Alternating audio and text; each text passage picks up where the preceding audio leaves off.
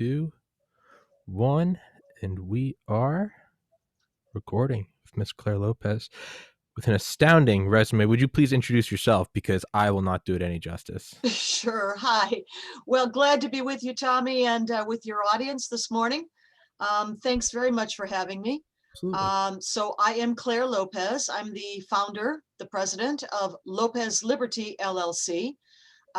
It is something I founded just about 1 year ago to pursue my focus on national security issues, both threats from internationally and domestically, especially more recently focused on what we call the red, black, green axis here of the revolution. Mm-hmm. Have had a long time focus previously on the Middle East. More recently, delving deep into China, an Mm-hmm. area I'd not been focused on before last year. Began my career after graduate school with 20 years at the CIA, focused on Russia issues. And after that, did some contracting with federal contracting companies, and also did a lot of training and teaching for US military and also military intelligence students.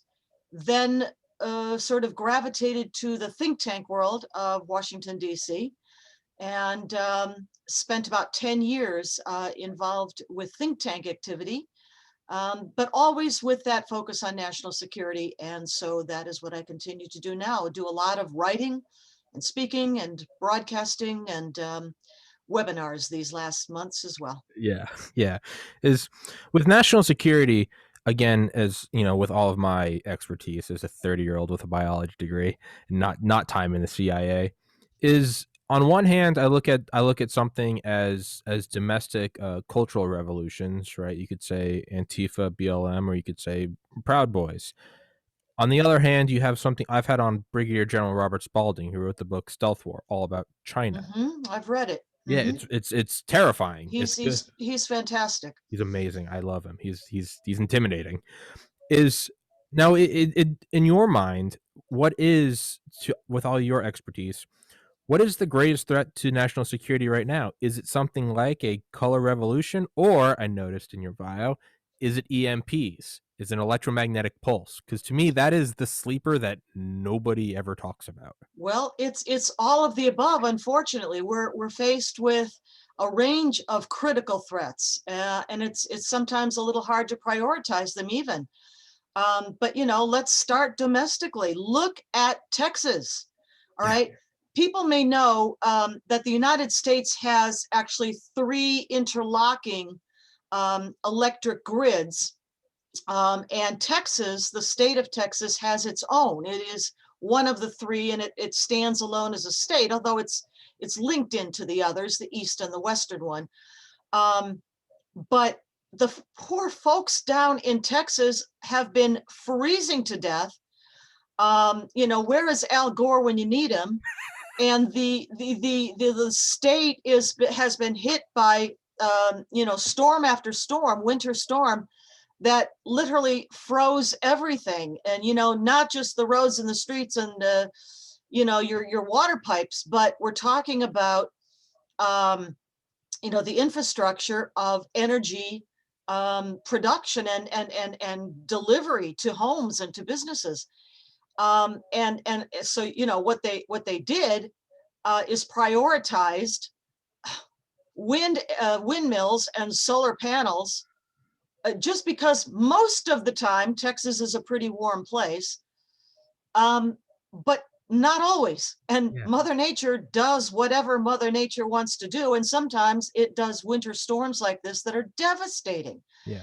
Well, they prioritized all this green energy nonsense, and here's the result. I hope that people take a lesson from this,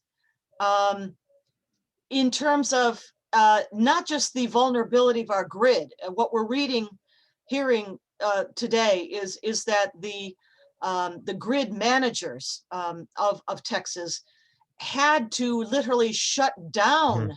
the grid there, the electric grid, in order to prevent its collapse, its total collapse, from which they were afraid Texas would not be able to recover literally for months, even drawing on supplies of energy from other nearby states or the other electric grids in the United States.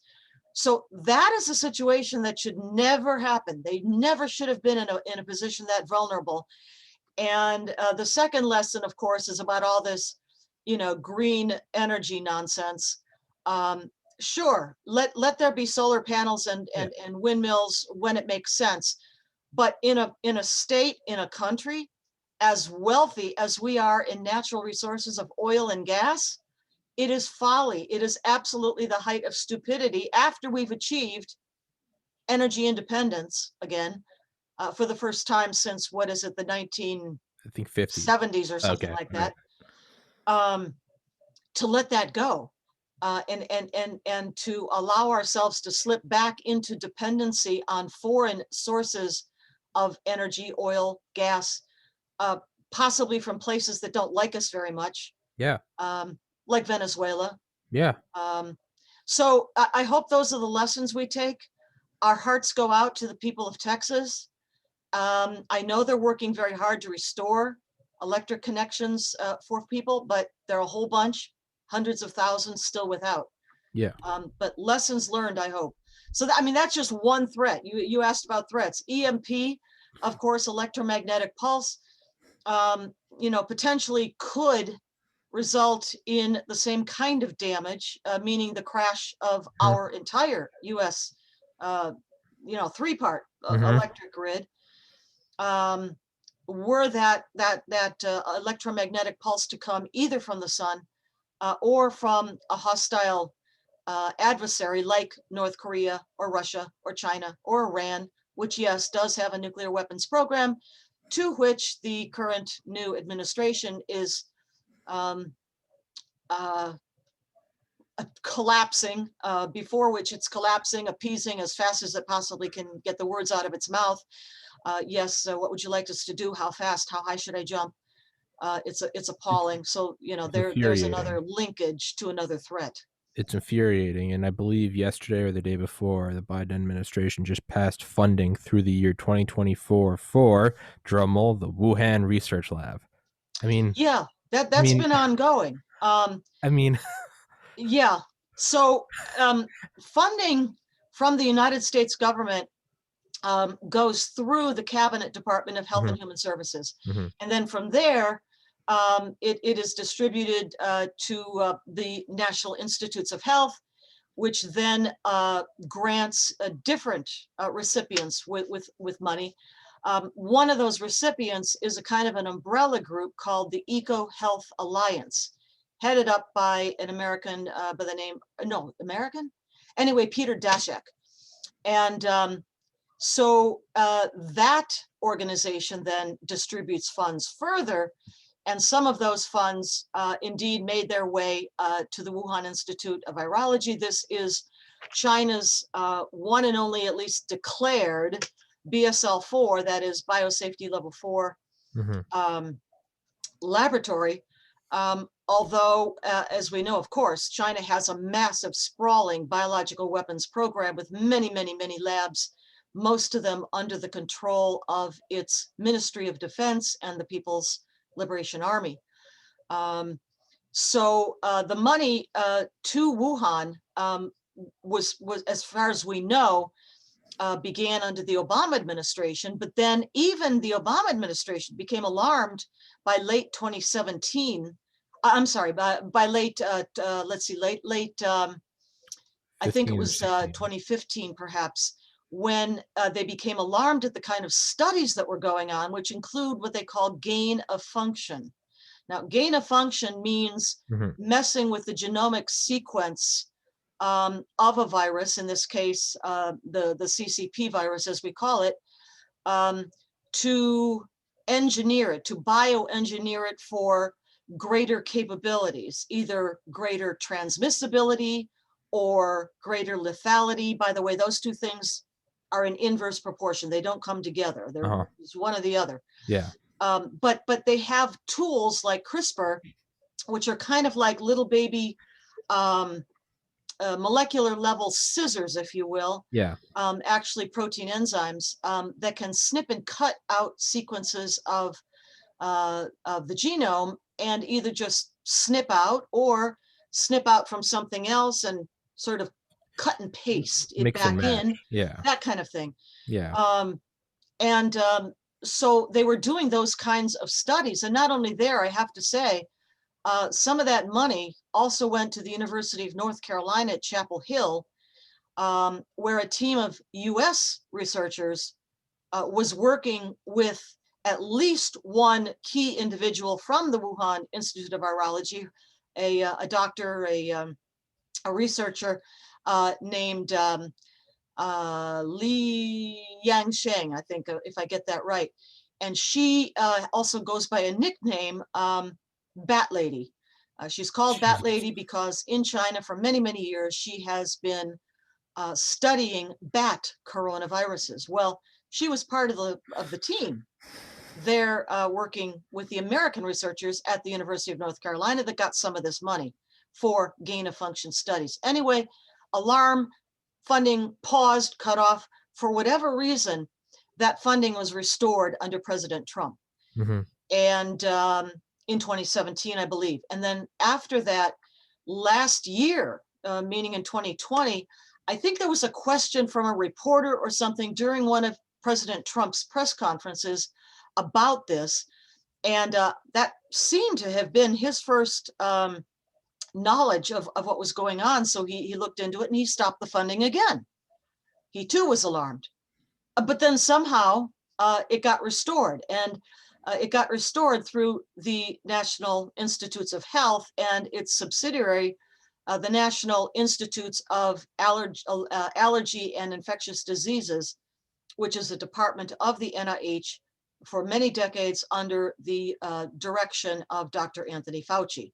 So Dr. Fauci's been instrumental in keeping this funding going for this very dangerous research. I mean, why would you pump up the capabilities of a deadly virus that would never occur in nature? That's the thing. Yeah. What they were doing in the gain of function studies would never, ever in a million years happen purely all by itself in nature. Yeah. So, I mean, one can understand, looking into the capabilities of viruses to develop a vaccine Mm-hmm. against future necessity, Mm-hmm. right? But to create a Frankenstein monster, and the scientific papers that are online in English, they very clearly spell out that what they were deliberately creating was a Frankenstein monster. They call it a chimera, Mm-hmm. or a hybrid, Mm-hmm. kind of a virus that just would never ever, exist in nature. Why would you do that? Yeah, it's a lot with CRISPR and chimeras. It's a lot like as a biology student in college and I'd gotten a medical school. One of my favorite things was learning about genetic manipulation. But with CRISPR, the analogy I can use, having worked at a liquor store, is it's a lot like a mix and match 6-pack, right? You don't want Budweiser, you don't want White Claw. Well, you can go Okay. for a little more money. You can go, well, you can get, you fill it up with 6. You want you want an IPA, you want a seltzer, you want a White Claw, you want put one in each, and it's a 6-pack that will never occur in real estate nature. Who sells a Bud Heavy with a Malibu Skinny or something? But you put them all together and you can buy them. That is CRISPR, is you can get this thing that doesn't exist otherwise. And having read Brigadier General Spaulding's book, as well as the 100-Year Marathon by Michael Pillsbury, I don't think, and I've been saying this since last February, I don't think that it is out of the realm of possibility. When you read Chinese doctrine, when you read the Warring States period, or you learn about their methodology of unrestricted warfare, COVID's on the table. It is within the wheelhouse, 100%. Now, this is obviously wild speculation by someone like myself, and I don't want to put you on the spot, but clearly I'm going to do that anyway. Do you think that this is a bioweapon? I'll start with saying I do. I do think it is of course it is. And I apologize. I'm thinking of the name of the Chinese researcher, and I think I probably said it wrong there, but it is Dr. Shi Zheng Li. Okay. I'm thinking about, getting that name right. Apologies if You're I fine. mangled it You're before. fine. Um, but, knowing, number one, looking at the Chinese book Unrestricted Warfare, written by two Chinese colonels of the PLA back in 1999, translated into English sometime later. There is a page in that that was a master's thesis by those two colonels. They wrote their master's thesis and it was published by the PLA. But there's a page in there that lists the kinds of warfare that the Chinese regime, the CCP, includes in its overall definition of warfare. And very clearly on that page, among those different kinds of warfare is biological chemical warfare. I mean, they say so straight up. So that said, Dr. No, I apologize, not a doctor, I don't think, but Danny Shoham, Shoham, Danny Shoham is an Israeli researcher and expert in the infectious diseases virology.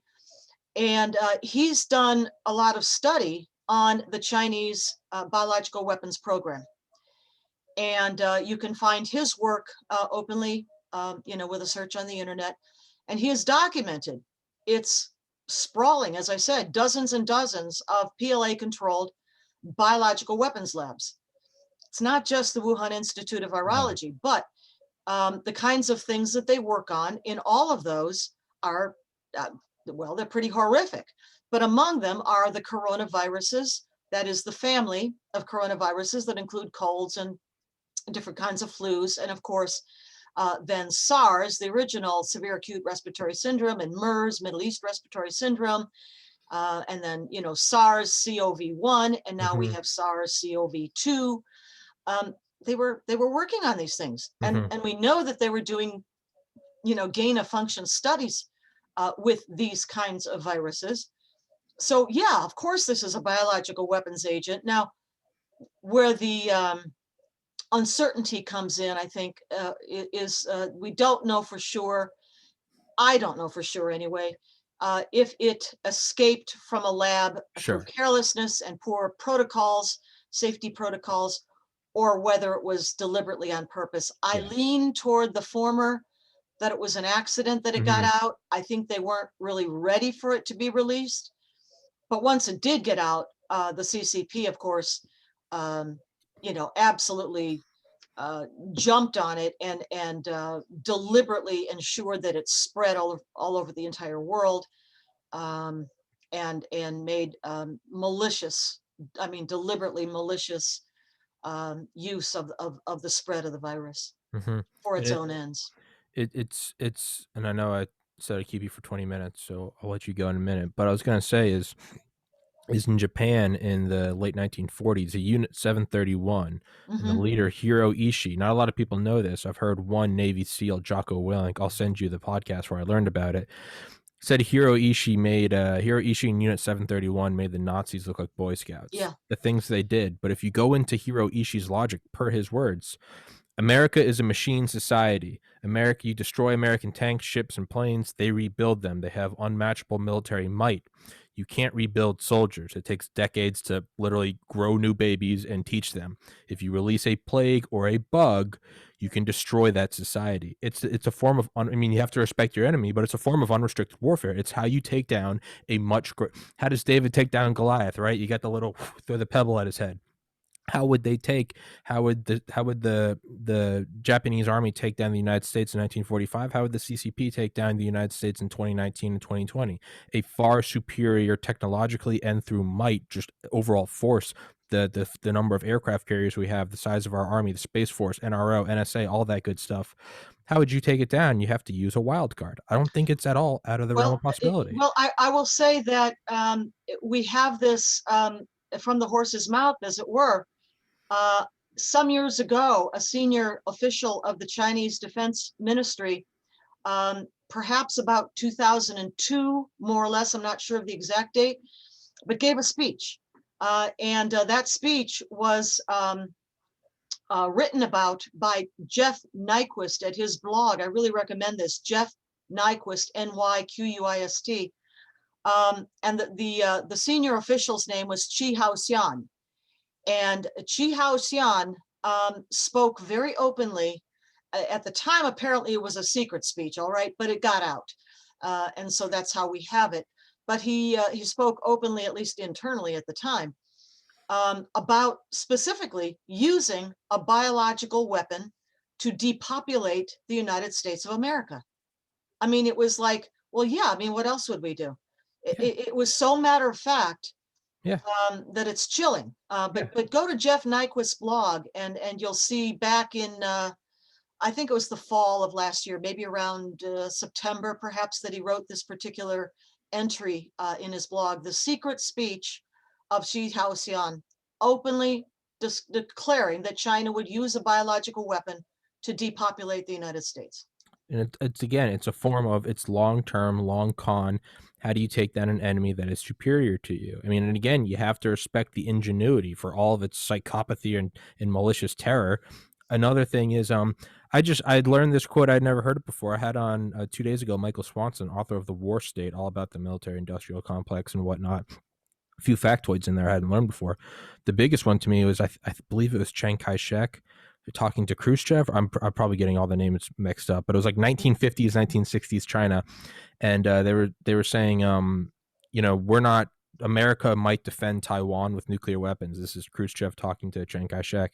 Well, And Chiang Kai-shek was defeated by Mao Zedong in 1949. okay, then I'm getting it wrong. It It's would have Mao. been the regime of the Communist Party after Okay. that. Okay. Mao Zedong, Zhou Okay. Enlai, perhaps other Okay. senior officials, maybe.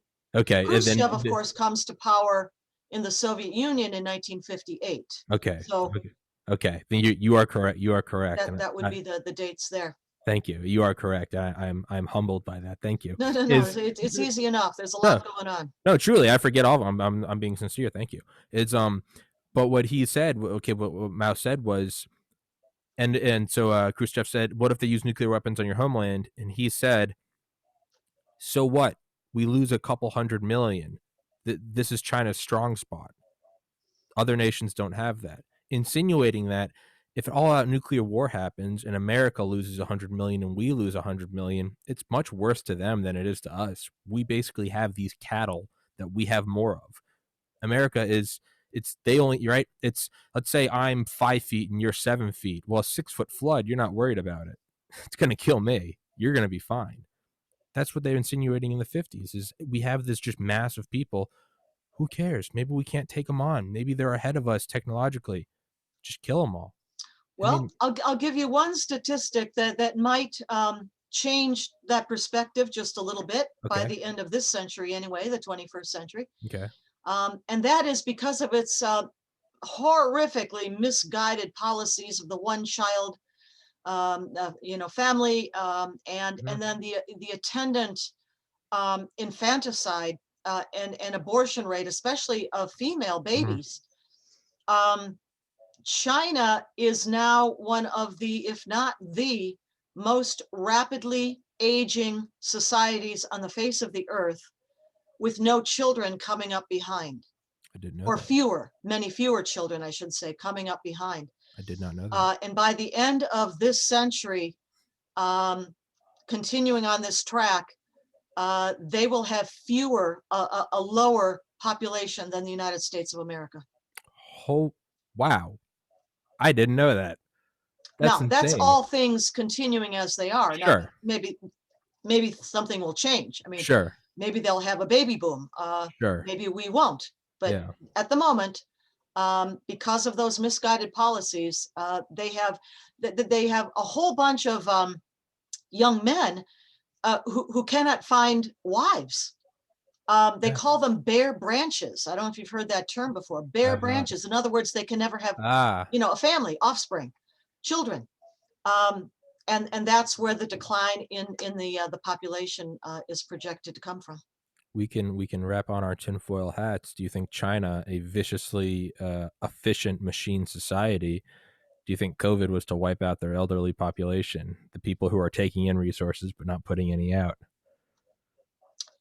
Not necessarily, no. Yeah. I think that their BW program has always been aimed more externally than internally.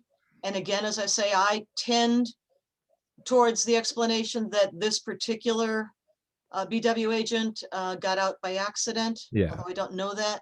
I do. I do as Um, well. It seems like it. I've kept you but they 6 are remarkably, I mean, to your point, that regime, the Communist Party of China, is remarkably callous Yeah. and indifferent Yeah. to the well-being of its own people. Yeah. So, you know, in some sense, there's truth in there. Yeah, I mean, it truly is.